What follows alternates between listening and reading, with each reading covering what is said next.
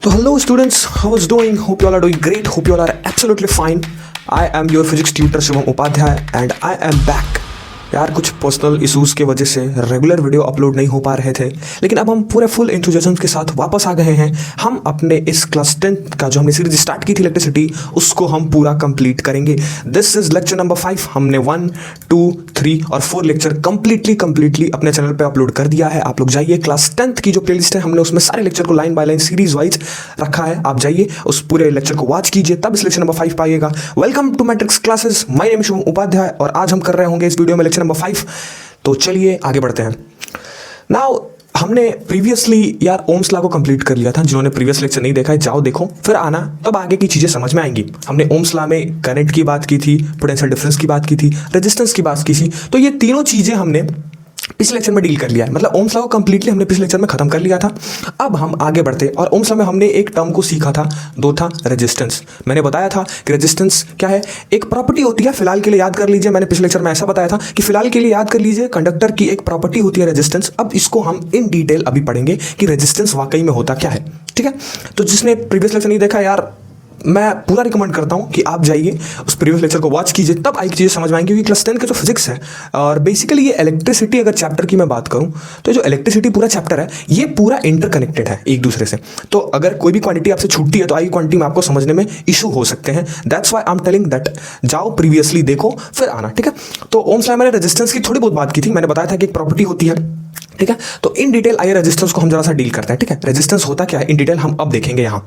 ठीक, okay. Now पहला topic है हमारा रेजिस्टेंस ऑफ ए कंडक्टर। ठीक है, तो जरा सा इसके बारे में पढ़ते कि आखिर दिया क्या है भाई। The property of a conductor due to which it opposes the flow of current through it is called resistance. अभी यार सिंपल सा मतलब क्या लिखा है कि ये एक प्रॉपर्टी है। ऑब्वियसली सर आपने बताया था पिछले क्लास में, है ना, मैंने पिछले लेक्चर में बताया था कि रेजिस्टेंस एक कंडक्टर की प्रॉपर्टी होती है। ओके, आखिर ये कैसी प्रॉपर्टी होती है, अब जरा सा इसे देखें यार। इसका काम ना अपोज करना है। देखो यहाँ लिखा है due to which it opposes the flow of electric current. अच्छा, अपोज का मतलब क्या होता है? अपोज का सिंपल सा मतलब ये होता है रोकना। क्या होता है? रोकना। किसी भी चीज को रोकने को हम क्या बोलते हैं? अपोज बोलते हैं। ऑब्वियस ही बात है, अगर मान लीजिए आपके घर के बाहर मान लीजिए कोई गली है। ठीक है, ठीक है, आपके घर के बाहर ऑब्वियसली सबके घर के बाहर कोई ना कोई गली होती है। तो आपके घर के बाहर गली है और मान लीजिए कि कोई अनवांटेड बंदा है ना, मतलब कि ना जिसे आप जानते हो, और सडनली मान लीजिए आपके गली में राउंड लगाने लगे। तो ऑब्वियस ही बात है आप उसको रोकोगे और पूछोगे भाई क्या बात है, कोई प्रॉब्लम है तो बताओ, या फिर क्या क्या करने आए हो इधर, है ना। ऑब्वियस बात है, ह्यूमन नेचर है, हम जरूर पूछते हैं। ठीक है, तो अपोज का मतलब क्या है कि कोई भी फ्लो हो रहा है उसको रोकना। ठीक है, कोई भी फ्लो हो रहा है उसको रोकना। अपोज का मतलब क्या? अपोज का मतलब रोकना। ठीक है, तो ये एक कंडक्टर की प्रॉपर्टी होती है जो अपोज करता है फ्लो ऑफ करंट को। मतलब कि मान लीजिए अगर ये आपका कोई कंडक्टर है और इसके अंदर करंट इधर से इधर जा रहा है, तो अगर किसी कंडक्टर में करंट फ्लो नहीं हो पाता है ना, यानी कि उसके अंदर क्या है, एक ऐसी प्रॉपर्टी है जो करंट को क्या कर दे रहा है? अपोज कर दे रहा है ना। ऑब्वियस बात है, अगर किसी कंडक्टर के थ्रू कोई करंट पास नहीं हो पा रहा है, उसका मतलब क्या है कि कोई ना कोई एक ऐसी प्रॉपर्टी है जो इस करंट को रोक दे रही है कि नहीं भाई तुमको आगे नहीं जाना है। ठीक है, उसी प्रॉपर्टी को हम रेजिस्टेंस बोलते हैं। समझ में आया? डेप्थ में क्लियर हुआ? रेजिस्टेंस क्या है? रेजिस्टेंस एक ऐसी प्रॉपर्टी होती है ना, जो क्या करता है? करंट के फ्लो को अपोज करता है। मतलब कि करंट के फ्लो को क्या करता है? रोकता है। सिंपल सा बात है यार, कोई इसमें रॉकेट साइंस है नहीं। ठीक है सर, आपने कहा तो मैंने मान लिया कि हाँ, जो रेजिस्टेंस है वो एक ऐसी प्रॉपर्टी है जो करंट के फ्लो को अपोज करता है। ठीक है, अच्छा अब जरा सा आगे बढ़े। अब क्या बोलता है कि the resistance of a conductor is equals to the potential difference across its end ratio of potential difference across its end to the current flowing through a conductor. अभी यार इसका मतलब क्या है? इसका मतलब सिंपल सा यही है कि अगर किसी भी कंडक्टर का हमको रेजिस्टेंस निकालना है तो आप उसके पोटेंशियल डिफरेंस से उसके करंट को डिवाइड कर दीजिए। मतलब कि पोटेंशियल डिफरेंस और उसके करंट का जो भी रेशियो होगा उसी को हम क्या बोलेंगे? रेजिस्टर बोलेंगे। अरे वाह, वेरी सिंपल सा। क्या है कि पोटेंशियल डिफरेंस इक्वल्स टू, हमको पता है क्या है, सॉरी ये मैंने थोड़ा सा उल्टा लिख दिया है। ये इस स्टेटमेंट को आप इग्नोर कीजिए। ठीक है, यहां ध्यान दीजिए, यहां है R equals to V by I. ठीक है, R equals to V by Y. ये मिस्टेकली मेरे से हो गया ऐसा, थोड़ा सा मिस्टेक को इग्नोर कीजिए हमारे, बस इस स्टेटमेंट को ध्यान दीजिए। ठीक है, जहां लिखा है R equals to V by, R equals to V by का सिंपल सा मतलब है कि अगर मान लीजिए कोई कंडक्टर है। ठीक है, तो ऑब्वियस सी बात है, कंडक्टर है तो उसके क्रॉस कुछ पोटेंशियल डिफरेंस भी होगा और कुछ करंट भी फ्लो कर रहा होगा। तो अगर मैं पोटेंशियल डिफरेंस को करंट से डिवाइड कर दूं तो हमें क्या मिल जाएगा? हमें R की वैल्यू मिल जाएगी। मतलब कि हमें सिंपली उस कंडक्टर का रेजिस्टेंस मिल जाएगा। तो सिंपल सा बात है क्या, रेजिस्टेंस एक ऐसी प्रॉपर्टी होती है जो क्या करता है? अपोज करता है फ्लो ऑफ इलेक्ट्रिक करंट को। मतलब किसी भी कंडक्टर में करंट को बहने से रोकता है, और रोकने वाली जो प्रॉपर्टी है उसी को हम फिजिक्स के लैंग्वेज में रेजिस्टेंस बोलते हैं किसी भी कंडक्टर का, ठीक है। और आगे क्या लिखा है, the resistance of a conductor is equals to the, मतलब कि रेजिस्टेंस का यार ऑब्वियस सी बात है कुछ ना कुछ तो वैल्यू होगा, प्रॉपर्टी है तो कुछ ना कुछ वैल्यू होगा, तो उसकी वैल्यू को निकालने का एक सिंपल सा फॉर्मूला हमारे पास आ गया, क्या कि अगर मैं पोटेंशियल डिफरेंस किसी भी कंडक्टर के क्रॉस हमको गिवन है मान लो, और उसमें करंट पता है, तो हम अगर पोटेंशियल डिफरेंस को करंट से डिवाइड कर दें तो हमें आर की वैल्यू मिल जाएगी, मतलब आर का मैग्नीट्यूड मिल जाएगा, मैग्नीट्यूड का मतलब वैल्यू मिल जाएगी, ठीक है। सिंपल सा बात था, ठीक है, सिंपल सा एक्सप्रेशन था, और उस एक्सप्रेशन को मैंने यहाँ मैथमेटिकली लिख दिया, इसको आप इग्नोर कीजिए, थोड़ा सा मैं उल्टा लिख दिया हूं, ये होना चाहिए ऐसे, resistance is equals to potential difference PD upon current, ठीक है। तो ऐसे अगर आप एक्सप्रेशन लिखना चाहें तो ये भी लिख सकते हैं, या फिर R equals to V by I our best, ठीक है। ओके, आगे अगला पॉइंट क्या दिया कि the resistance of a conductor depend upon length, thickness, nature of material and temperature of the conductor. देखो ये मैंने मोम्स लॉ वाले में बात की थी कि रेजिस्टेंस एक ऐसी वैल्यू थी, है ना, उस केस में रेजिस्टेंस क्या था, कांस्टेंट था, और मैंने डिटेल में आपको बताया कि रेजिस्टेंस आखिर वाकई में है क्या, ठीक है। और मैंने बताया था कि जो आर जो है वो डिपेंड करता है किस पे, लेंथ पे, थिकनेस पे, नेचर ऑफ मटेरियल पे, टेंपरेचर पे, ठीक है। तो लाइन बाय लाइन हम इसको डील तो करेंगे, ठीक है।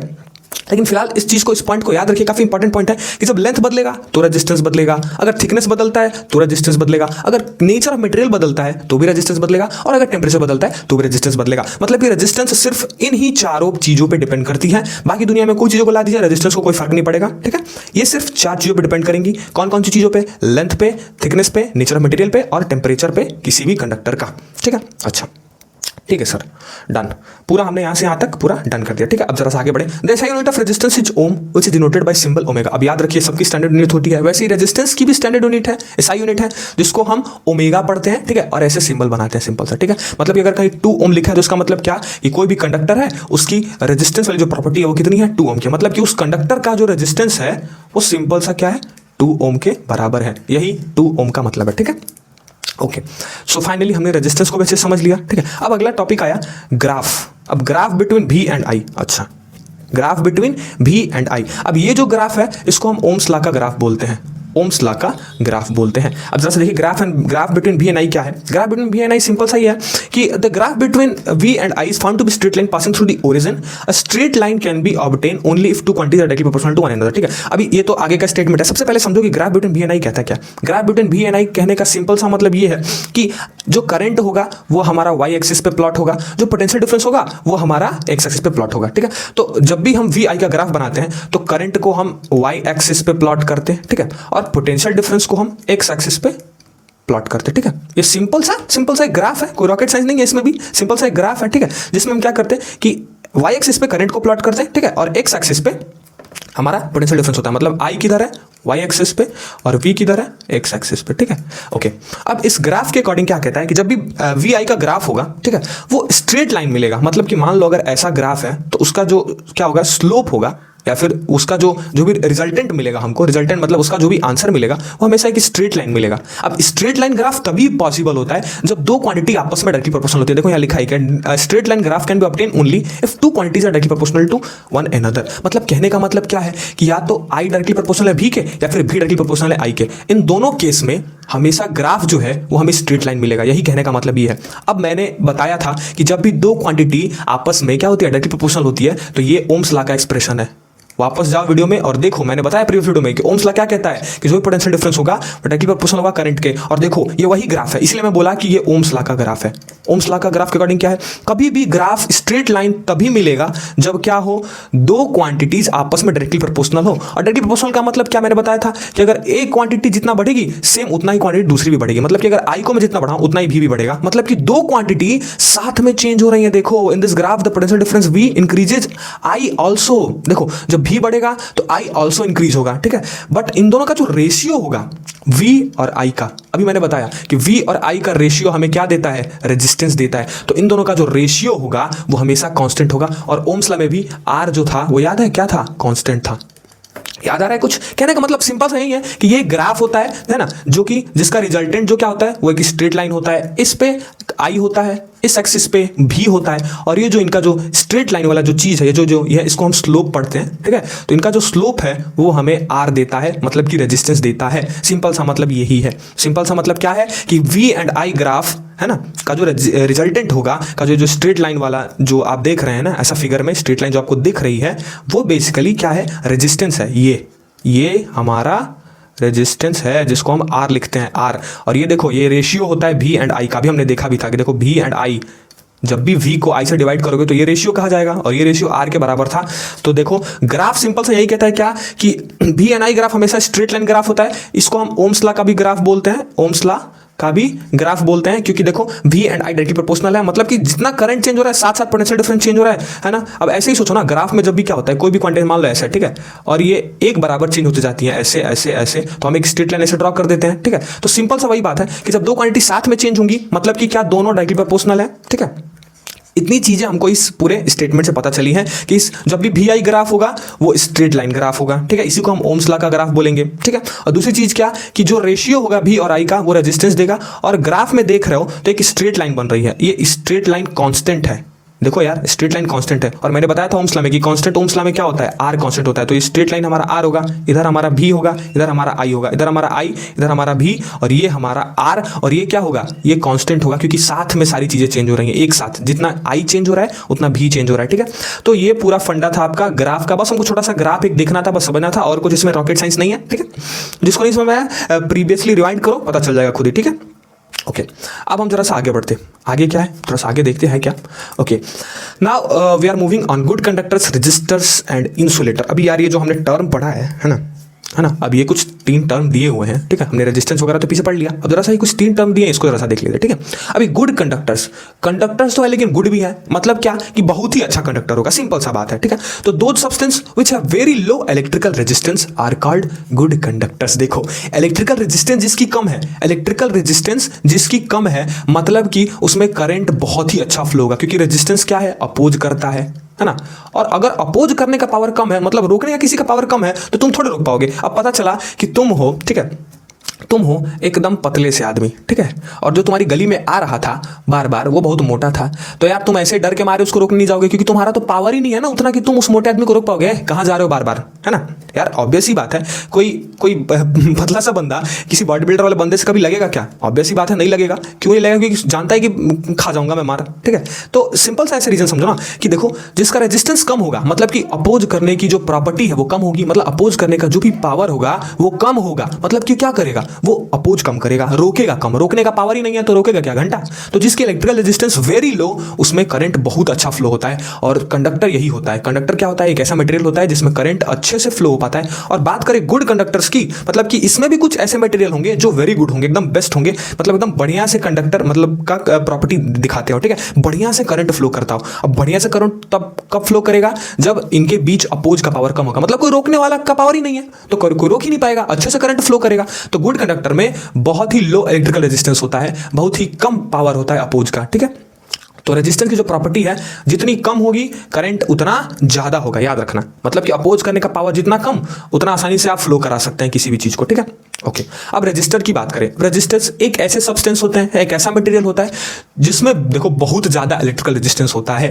मतलब रेजिस्टेंस में सिंपल सा ये पता चल गया कि करंट तो फ्लो नहीं करेगा बाबा। क्यों नहीं करेगा, क्योंकि ये ऐसा मटेरियल होता है जिसमें बहुत ही ज्यादा इलेक्ट्रिकल रेजिस्टेंस होता है। अब जिसका रेजिस्टेंस का पावर बहुत ज्यादा, मतलब कि क्या करेगा, एकदम बॉडी बिल्डर आदमी है भाई, एकदम रोक देगा, वो अपोज करेगा बहुत ज्यादा, अपोज का पावर बहुत ज्यादा, और किसी भी अपोज का पावर बहुत ज्यादा, रोकने की क्षमता तुम्हारे पास है तो तुम ऑब्वियस सी बात है किसी को भी रोक सकते हो। तो तुम्हारे पास जब पावर है तो तुम रोक सकते हो, है ना। तो देखो एक ऐसा सब्सटेंस जिसका बहुत ज्यादा इलेक्ट्रिकल रेजिस्टेंस होता है, जिसके पास वेरी हाई इलेक्ट्रिकल रेजिस्टेंस, उसी को हम रेजिस्टर बोलते हैं। रेजिस्टर सिंपली ऐसा होता है, आपने देखा होगा कई सर्किट में ऐसा ऐसा ऐसा ऐसा देखा होगा आपने, ऐसे इसको कई लोग आईसी पढ़ते हैं हमारे यहाँ ना, पतले पतले ऐसे स्ट्रिप्स, कलर अलग अलग कलर के ऐसे स्ट्रिप्स होते हैं, आपने देखा होगा, इसी को हम रेजिस्टर बोलते हैं, ठीक है। ये एक ऐसा सब्सटेंस होता है जिसके पास बहुत ही ज्यादा इलेक्ट्रिकल रेजिस्टेंस होता है, और इसी को हम फिजिक्स में रेजिस्टर पढ़ते हैं, ठीक है। ओके अब इंसुलेटर की बात करें, अब देखो दो substance which have infinitely high electrical resistance R called insulator. अब देखो अब इसमें रेजिस्टेंस की वैल्यू इनफाइनाइट हो गई, इनफाइनाइट मतलब हम गिन भी नहीं सकते हैं कि कितनी ज्यादा है, बहुत ज्यादा है, ठीक है।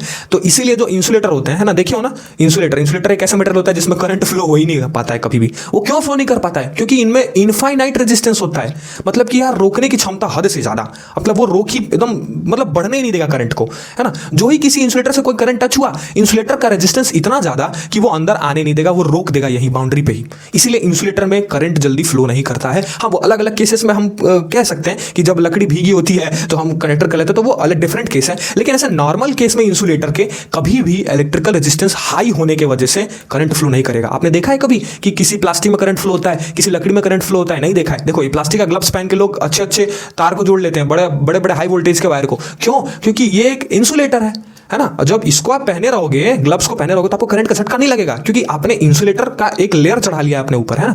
तो इंसुलेटर एक ऐसा सब्सटेंस होता है जिसमें इनफाइनाइटली इलेक्ट्रिकल रेजिस्टेंस होता है। अब इनफाइनाइटली इलेक्ट्रिकल रेजिस्टेंस का मतलब अपोज करने का पावर बहुत ज्यादा, हद से ज्यादा, और वो अपोज कर करके करंट को आगे बढ़ने नहीं देगा। तो जब करंट ही फ्लो नहीं होगा तो वो फिर इंसुलेटर ही तो कहा जाएगा ना। तो इंसुलेटर एक ऐसा मटेरियल होता है जिसके अंदर बहुत ज्यादा इलेक्ट्रिकल रेजिस्टेंस होता है और करंट को वो बिल्कुल ही फ्लो नहीं होने देता है। कभी लकड़ी से करंट फ्लो होते हुए देखे हो? नहीं। कभी प्लास्टिक से देखे हो? नहीं, डेफिनेटली नॉट, है ना। This is the reason behind it. ठीक है, अब हमने इन तीनों टर्म को पढ़ लिया। अब हम factors affecting resistance of a conductor देखेंगे। अब लाइन बाय लाइन वो जो 4 फैक्टर हमने अभी पीछे देखा था, अब उसको हम अच्छे से डिटेल में एकदम पढ़ते हैं कि कैसे आखिर लेंथ पे डिपेंड करता है, क्रॉस सेक्शन एरिया पे डिपेंड करता है, नेचर मटेरियल पे डिपेंड करता है, टेम्परेचर पे डिपेंड करता है। तो factors affecting resistance of a conductor is our next topic, so we will going to cover this. Okay, अब resistance of a conductor depend upon the given factor. अभी 4 factor हैं, आप इन सबको बाई हार्ट याद कर लीजिए। ठीक है, और आगे मैं समझा भी देता हूं, ये बहुत बहुत बहुत इंपॉर्टेंट है। चारों फैक्टर को याद कर लीजिए। कई बार से डायरेक्टली दे देता है क्वेश्चंस कि write down all the given factors on which the resistance of a conductor depend. ठीक है, तो आप ये चारों लिख के आओगे तो आपको मिनिमम 2 मार्क्स तो मिल ही जाएंगे। ठीक है, और डिटेल में पूछा होगा, अगर बड़े मार्क्स का होगा तो और अच्छे से हम देखेंगे। तो फिलहाल हम आगे बढ़ते हैं और चारों फैक्टर्स को लाइन बाय लाइन डील करते हैं। पहला फैक्टर है हमारा effect of length of a conductor. ठीक है, अच्छा, अब ये फैक्टर क्या कहता है भाई? कैसे लेंथ पे आखिर रेजिस्टेंस डिपेंड करेगा? रेजिस्टेंस एक ऐसी प्रॉपर्टी है जो अपोज करती है, आखिर वो लेंथ पे कैसे डिपेंड करेगी? यार, एक्सपेरिमेंटली हमको पता चला ना, एक्सपेरिमेंटली, है ना, जब साइंटिस्ट ने एक्सपेरिमेंट किया और हमें जो डेटा दिया उसके अकॉर्डिंग हमें ये पता चला कि जो रेजिस्टेंस होता है कंडक्टर का वो डायरेक्टली प्रोपोर्शनल होता है लेंथ के। क्या? The resistance of a conductor is directly proportional to its length. मतलब कि मान लो अगर कोई कंडक्टर है, ठीक है, और इसका ये L लेंथ का कंडक्टर है और इसके पास R रेजिस्टेंस है, तो R is directly proportional to length. अब डायरेक्टली प्रोपोर्शनल क्या होता है, मैंने बहुत अच्छे से समझाया है। डायरेक्टली प्रोपोर्शनल का सिंपल सा मतलब यही होता है कि अगर एक क्वांटिटी बढ़ेगी तो साथ में दूसरी क्वांटिटी भी बढ़ेगी। मतलब कि अगर मैं किसी कंडक्टर के लेंथ को कंटिन्यूअस बढ़ाते जाऊं तो उसका रेजिस्टेंस भी कंटिन्यूअस इंक्रीज होते जाएगा। तो पहले पॉइंट हमको लेंथ का फैक्टर तो पता चला कि लेंथ पे कैसे डिपेंड करता है। तो लेंथ पे रिलेशन रखता है डायरेक्टली प्रोपोर्शनल का, और डायरेक्टली प्रोपोर्शनल का सिंपल सा मतलब है कि अगर एक क्वांटिटी बढ़ेगी तो दूसरी क्वांटिटी घटेगी।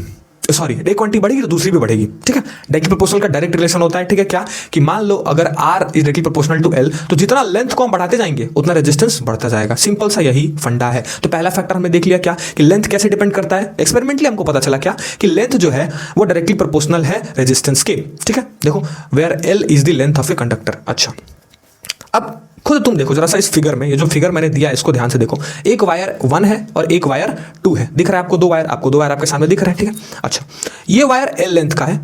ठीक है, और मान लो जो वायर 2 है वो इसके मैंने 2 गुने लेंथ का 2L लेंथ का ले लिया। अब तुम खुद बताओ कि किसका रेजिस्टेंस ज्यादा हो गया। थोड़ा सा सोचो, दिमाग लगाओ। ऑब्वियस सी बात है, जिसका लेंथ, अब देखो, ये जिसका लेंथ ज्यादा है ना, जिसका लेंथ ज्यादा उसका रेजिस्टेंस ज्यादा। तो L लेंथ बड़ा है कि 2L लेंथ बड़ा है? ऑब्वियसली सर 2L लेंथ बड़ा है, आप यही कहोगे, है ना। तो 2L लेंथ बड़ा है तो इसका रेजिस्टेंस क्या होगा? वायर 1 का जो रेजिस्टेंस R है और मान लो वायर 2 का रेजिस्टेंस R डैश है, तो हमेशा R डैश R से बड़ा होगा। क्यों बड़ा होगा? क्योंकि देखो लेंथ दोगुनी है, तो जितना ज्यादा लेंथ उतना ज्यादा रेजिस्टेंस। तो वायर A का रेजिस्टेंस क्या होगा? छोटा होगा एज कंपेयर टू वायर 2 का रेजिस्टेंस। समझ में आया इसके पीछे का रीजन? सिंपल सा मतलब क्या है, देखो क्या कि वायर, मान लो वायर 1 का रेजिस्टेंस R है और वायर 2 का रेजिस्टेंस अगर R डैश है, तो R डैश हमेशा R से बड़ा होगा। R dash is always greater to R। क्यों? क्योंकि R डैश जो है, मतलब जो वायर 2 है, उसका लेंथ दोगुना है, और मैंने बताया था कि जितना ज्यादा लेंथ उतना ज्यादा रेजिस्टेंस। ठीक है, तो देखो ऑब्वियस सी बात है, इसका L लेंथ है, इसका 2L लेंथ है, तो ऑब्वियस सी बात है वायर 2 का जो रेजिस्टेंस होगा वो वायर 1 के रेजिस्टेंस से हमेशा हमेशा ज्यादा होगा। क्यों? क्योंकि रेजिस्टेंस डायरेक्टली प्रोपोर्शनल है लेंथ के। ठीक है, समझ में आया? हाँ सर, बहुत अच्छे समझ में आया, वेरी गुड, बहुत अच्छा। अब जरा सा आगे बढ़ो। ठीक है, आगे बढ़ो और एक स्टेटमेंट नीचे दिखा है, देखो ध्यान से क्या लिखा है कि जो when the length of a wire is double its resistance also get double. If the length of wire is half then resistance also get half. अब देखो R is directly proportional to L, तो अगर R को मैं 2L कर दूं तो resistance भी 2R हो जाएगा। हाँ सर, क्योंकि डायरेक्ट रिलेशन रखता है। मैंने बताया था डायरेक्टली प्रोपोर्शनल में जितनी एक क्वांटिटी बढ़ती है उतनी दूसरी क्वांटिटी बढ़ती है। तो अगर मैं L को 2L कर दूं तो R जो है वो 2R हो जाएगा। और इसी एक्सप्रेशन में मान लो अगर मैं लेंथ को आधा कर देता हूं, मतलब L/2 कर देता हूं, तो ऑब्वियस सी बात है रेजिस्टेंस भी R/2 हो जाएगा, क्योंकि ये एक दूसरे से डायरेक्टली रिलेशन रखते हैं। तो सिंपल सा इसी स्टेटमेंट कहने का मतलब यही था कि अगर मैं लेंथ को डबल कर दूं तो रेजिस्टेंस भी डबल हो जाएगा, अगर मैं लेंथ को हाफ कर दूं तो रेजिस्टेंस भी हाफ हो जाएगा। सिंपल सा मतलब यही है, ठीक है।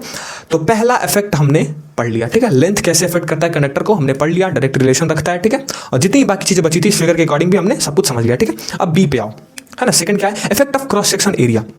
अब ये देखो क्रॉस सेक्शन एरिया क्या होता है। क्रॉस सेक्शन एरिया सिंपल सा कुछ नहीं है, अगर मान लो कोई ऐसे कंडक्टर बनाया गया है तो इसका ये वाला जो पार्ट है ना, ये वाला जो एरिया है ना, जो आपको दिखता है अगर आप किसी वायर को अपने तरफ रखते हो तो ये वाला जो एरिया है इसी को हम क्रॉस सेक्शन एरिया बोलते हैं। तो मान लो ये ए है एरिया, ठीक है, इसका क्रॉस सेक्शन एरिया हमेशा हम ए लिखते हैं, ठीक है।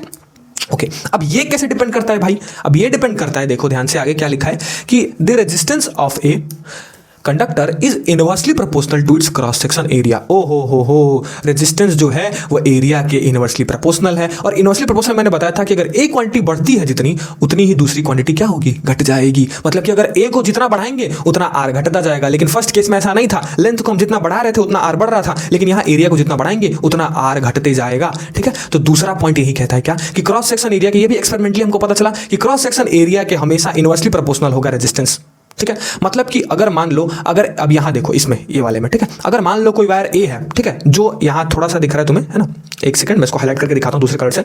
मान लो ये वायर ए है तो ये देखो, तो इसका जो थिकनेस है वो कुछ इतना है ना, और एक वायर बी है जो इससे काफी मोटा है, देखो। तो तुम खुद बताओ कि किसका रेजिस्टेंस ज्यादा होगा, किसका रेजिस्टेंस ज्यादा होगा। ऑब्वियस सी बात है इसका रेजिस्टेंस ज्यादा होगा, क्योंकि यहां एरिया जो है वो इनवर्स रिलेशन रखा है ना, मतलब कि जिसका एरिया जितना कम उसका रेजिस्टेंस उतना ज्यादा। अब बताओ ए का एरिया कम है कि बी का एरिया कम है, कहोगे क्या सर क्या बात कर रहे हैं, ऑब्वियस सी बात है ए का एरिया कम है, तो ए का एरिया जिसका जितना कम एरिया उसका उतना ज्यादा रेजिस्टेंस, क्योंकि इनवर्स रिलेशन रखता है। तो ए का एरिया कम है तो वायर ए जो है उसका रेजिस्टेंस ज्यादा होगा as compare to wire B हमेशा, क्योंकि वायर ए का एरिया क्या है, बी से कम है। तो जितना कम एरिया है ना, जितना कम एरिया उतना ज्यादा रेजिस्टेंस, समझ में आया। तो वायर ए का resistance is always greater to R B, मतलब कि जो भी आर ए होगा, मतलब इसका जो रेजिस्टेंस आर ए होगा और इसका रेजिस्टेंस आर बी होगा, तो हमेशा आर ए ज्यादा होगा आर बी से, क्योंकि एरिया जो है एरिया पे इनवर्स रिलेशन रखता है रेजिस्टेंस। मतलब कि एरिया को जितना बढ़ाऊंगा उतना रेजिस्टेंस घटेगा, और एरिया को जितना कम रखूंगा, जितना छोटा रखूंगा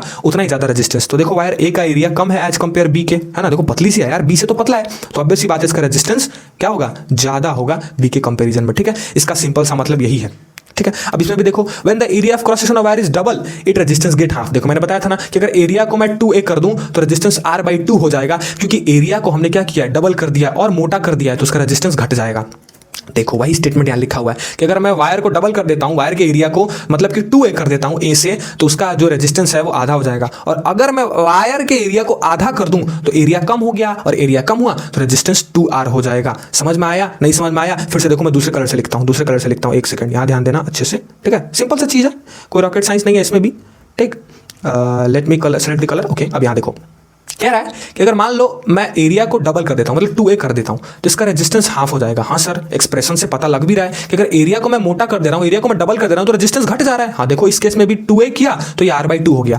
लेकिन अगर मैं एरिया को a/2 कर दूं, मतलब आधा कर दूं, यानी एरिया को कम कर दूं, तो रेजिस्टेंस बढ़ जाएगा, तो रेजिस्टेंस 2r हो जाएगा। तो सिंपल से कहने का मतलब यह है कि अगर किसी क्रॉस सेक्शन एरिया को मैं डबल कर देता हूं तो उसका रेजिस्टेंस आधा हो जाएगा, और अगर मैं किसी क्रॉस सेक्शन एरिया को हाफ कर दूं तो उसका रेजिस्टेंस डबल हो जाएगा, क्योंकि ये एक दूसरे से इनवर्सली रिलेशन रखता है। और ये भी हमको एक्सपेरिमेंटली पता चला, ठीक है। ओके, तो ये मैंने सेकंड भी अच्छे से समझा दिया, आई होप, ठीक है। अब थर्ड वाला पॉइंट आ जाओ, effect of nature of material of a conductor. अब ऑब्वियस सी बात है यार, नेचर ऑफ मटेरियल का मतलब क्या है कि मान लो एक कंडक्टर मैंने कॉपर का ले लिया है, ठीक है, और एक कंडक्टर ने मान लो कुछ एलॉय यूज कर लिया। एलॉय क्या होता है, mixture of metal and non metal, ठीक है। ऑब्वियस सी बात है, आप थोड़ा बहुत जानते होंगे एलॉय के बारे में। तो मान लो, और ऐसे ही सोचो ना कि मान लो एक कॉपर का वायर ले लिया, ठीक है, और एक मेरे मस्त धनी मनी आदमी थे तो सिल्वर का वायर ले लिया। अब जिनको नहीं पता मैं बता दूं तो सिल्वर बहुत ही बेस्ट कंडक्टर होता है, तो कॉपर से, है ना, सिल्वर बहुत ही बेस्ट कंडक्टर होता है, तो कॉपर से ज्यादा कंडक्टिव होगा सिल्वर, है ना। ऑब्वियस ही बात है, अच्छा कंडक्टर है तो मतलब कॉपर से और ज्यादा करंट अच्छे से फ्लो कराएगा। मतलब कि इन दोनों का रेजिस्टेंस तो डिफरेंट होगा ना यार, रेजिस्टेंस थोड़े सेम होगा, क्योंकि देख रहे हो कि सिल्वर में मस्त आसानी से करंट फ्लो हो जा रहा है, मतलब कि सिल्वर का रेजिस्टेंस, है ना, कॉपर से तो छोटा ही होगा, कॉपर से कम है सिल्वर का रेजिस्टेंस, तभी तो करंट अच्छे से फ्लो कर पा रहा है ना। सिंपल से यही कहने का मतलब है कि the electrical resistance of conductor depend upon the nature of material of which it is made, मतलब कि जिससे हम उसको बनाए हैं उस पे डिपेंड करेगा कि आखिर उसका मटेरियल क्या है। एक मैंने कॉपर वायर ले लिया और एक मैंने सिल्वर वायर ले लिया, तो इन दोनों का रेजिस्टेंस सेम कभी नहीं होगा। ये क्या करता है, देखो डिपेंड कर रहा है। मैंने वायर को अभी कॉपर लिया था, अभी सिल्वर में चेंज कर दिया, तो ऑब्वियस सी बात है कि मान लो अगर किसी सर्किट में, ठीक है, मान लो अगर किसी सर्किट में मैंने कॉपर का वायर यूज किया है एक पॉइंट पे और दूसरा पॉइंट पे मैंने 2 सर्किट बनाई और उसमें सिल्वर का वायर यूज किया है, तो इसमें ज्यादा अच्छा करंट फ्लो होगा क्योंकि सिल्वर बहुत अच्छा कंडक्टर होता है, कॉपर से तो बहुत ही अच्छा कंडक्टर होता है। तो ऑब्वियस सी बात तुम्हें पता चल गया कि रेजिस्टेंस जो है वो डिपेंड करेगा नेचर ऑफ मटेरियल पे। मतलब अगर मैं वायर को बदलूं तो उसका रेजिस्टेंस भी क्या होगा, बदलेगा। मतलब कभी भी अलग अलग वायर का सेम रेजिस्टेंस नहीं हो सकता है, कभी भी रेजिस्टेंस सेम नहीं होगा। रेजिस्टेंस डिपेंड करेगा नेचर ऑफ मटेरियल पे कि कैसा मटेरियल है भाई, अच्छा है कि नहीं है। Some material have low resistance where as other have high resistance. देखो कुछ मटेरियल का लो रेजिस्टेंस होता है, कुछ मटेरियल का हाई रेजिस्टेंस होता है, तो ये नेचर ऑफ मटेरियल पे भी डिपेंड करता है। ठीक है, कि रेजिस्टेंस कैसे हम देखेंगे वो नेचर ऑफ मटेरियल पे भी डिपेंड करेगा कि आखिर वो वायर किस चीज का है, कॉपर का है कि सिल्वर का है कि गोल्ड का है ना। तो सिल्वर और गोल्ड दोनों बहुत अच्छे कंडक्टर होते हैं कॉपर से, तो ऑब्वियस सी बात है इन तीनों का रेजिस्टेंस तो डिफरेंट होगा, सेम नहीं होगा रेजिस्टेंस, है ना। वही कहने का मतलब है कि रेजिस्टेंस डिपेंड करता है नेचर ऑफ मटेरियल पे भी।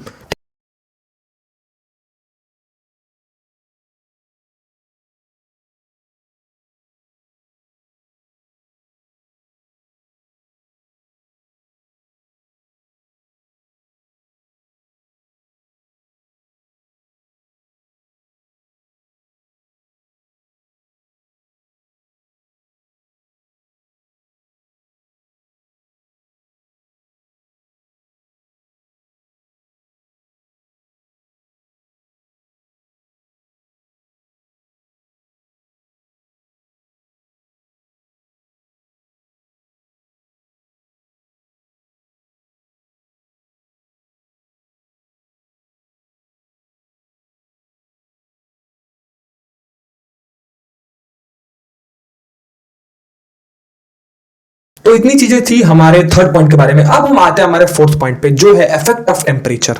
अब यार ये जो डेटा है ये भी एक्सपेरिमेंटली हमको पता चला। क्या पता चला कि जो भी रेजिस्टेंस होगा, है ना, प्योर मेटल का, जो भी मेटल का जो भी रेजिस्टेंस होगा वो इंक्रीज होगा जब भी हम टेम्परेचर को इंक्रीज करेंगे और डिक्रीज होगा जब भी हम टेम्परेचर को डिक्रीज करेंगे। मतलब कि अगर किसी वायर के अक्रॉस, है ना, मैंने टेम्परेचर को बढ़ाया तो उसका रेजिस्टेंस भी बढ़ेगा और टेम्परेचर को घटाया तो उसका रेजिस्टेंस भी घटेगा। सिंपल सा इफेक्ट ऑफ टेम्परेचर का यही मतलब है।